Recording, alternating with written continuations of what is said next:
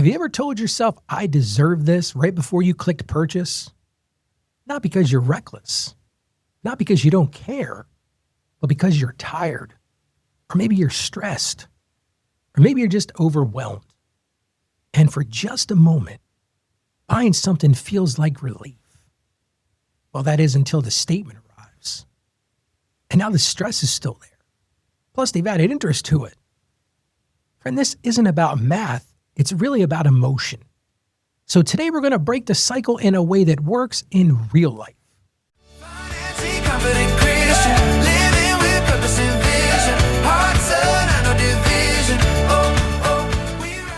Well, let's get right to today's listener question. Listener writes this: Ralph, when I'm stressed, I reach for my credit card. And afterward, I'm flooded with regret. I'm not trying to be irresponsible. In the moment, it just feels like the only relief that I have.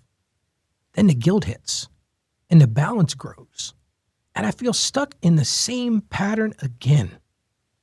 How do I break the cycle in a way that's actually realistic for my real life? And I like the way they ended that question, for my real life. It's real easy to have pie-in-the-sky ideas of, we'll never do that, we're never going to have stress, and we're never going to have anxiety. But the truth is, you can't eliminate stress. You just have to replace it with an outlet. So let's talk about how to navigate this. First thing I'm going to encourage you to do is to create a 24-hour rule. If you've been a long-time listener in this show, you know this is one of my go-to things. Because impulsiveness lives in urgency. But if you build a delay into your system, you can stop that. So when you're feeling stressed, when you're feeling overwhelmed, just say to yourself, look, I'm not going to purchase anything for the next 24 hours. I'm kind of feeling like that today. Had a rough weekend, a lot of emotional stuff going on. So for me right now, I got to put that pause on. I'm going to put it in the cart. Maybe I'll screenshot it. Hey, I might even break out the pen and paper and write it down. But I'm not going to swipe that credit card. Because what I've come to realize is that delay disrupts that emotion. And a lot of times in 24 hours, I don't even want the thing. So that's where you start. Second thing, you've got to really identify what is the real trigger here. I think so many times we don't realize what the real trigger is. So ask yourself, is this exhaustion? Do you find yourself doing this at night? I think a lot of us do that. We get on our phone and we're scrolling through the apps and all of a sudden we're on TikTok. I don't know about you, but everything now, TikTok is selling everything. No matter where you turn, I'm not trying to pick on TikTok, but they're selling everything. But is it exhaustion? Maybe it's conflict. Maybe you're in a battle with your spouse or somebody at work and you're just like, I got to escape from this. I think for a lot of us, it's loneliness. We just want something to soothe us. Or maybe like me during tax season, it's just a state of being overworked. Because what I have found, and I think a lot of people would agree with me here, spending is often this self-soothing thing. But once you name that trigger, you can treat the cause of it, not just the symptom. Now, we've talked about how to find it. But now I want to encourage you to really build what I call a stress menu. Kind of like when you go to a restaurant. You need to have some options. And in this case, you've got to have some replacements ready. Not some vague ideas. Oh, Ralph, give me some vague ideas, some pie-in-the-sky things. No, I'm talking about a written list. And when you're feeling that pressure, when you're feeling that anxiety, that overwhelm, or that loneliness, what are your go-to things? Maybe for you, it's a 10-minute walk outside. I find that to be a great way to do it. Maybe call a friend. Now listen, don't call a friend to commiserate about what you're going to buy, but maybe call a friend and say, hey, I'm just having a rough day.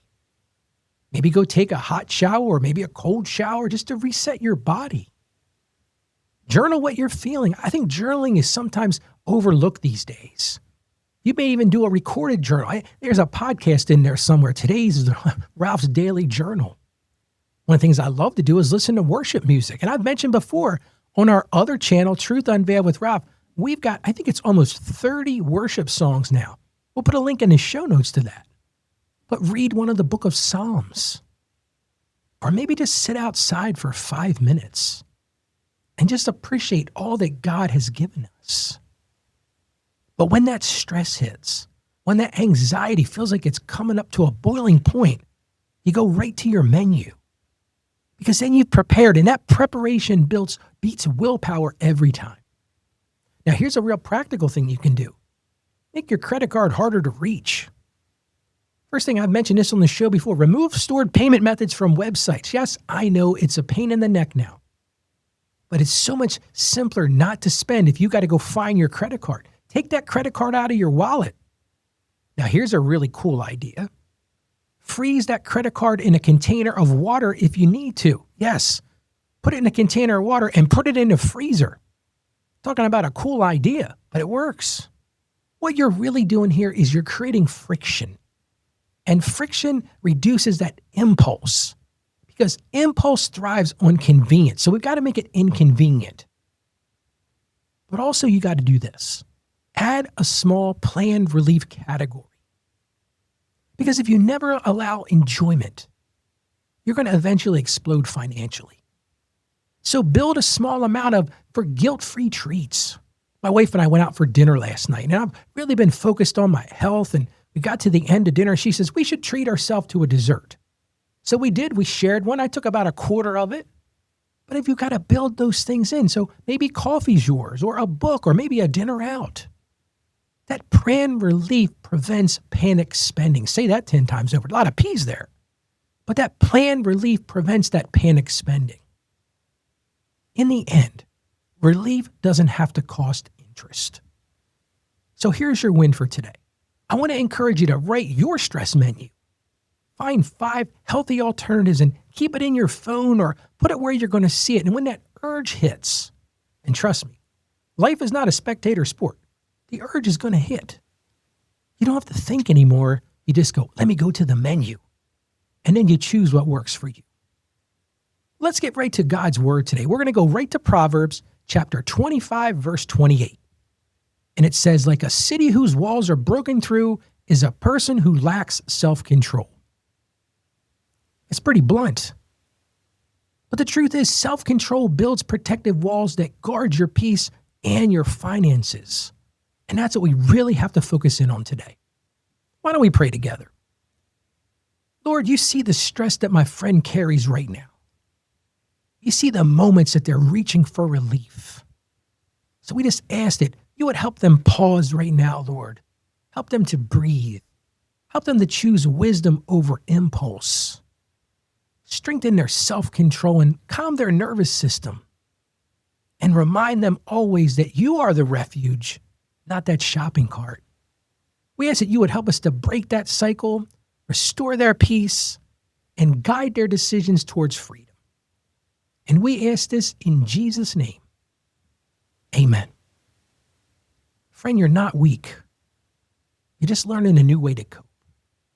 And breaking the stress-stranding cycle starts with honesty. You got to be honest with yourself.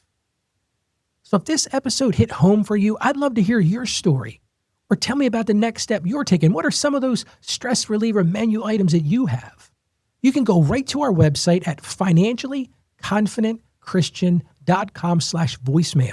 We'll put a link in the show notes. You can click right on it. But I would love to hear how this show is impacting you. If you've got some ideas of how to get past this, go to financiallyconfidentchristian.com/voicemail. I just want to thank you for joining me today. As always, stay financially savvy. May God bless you. And you have a truly great day today. Financially confident Christian.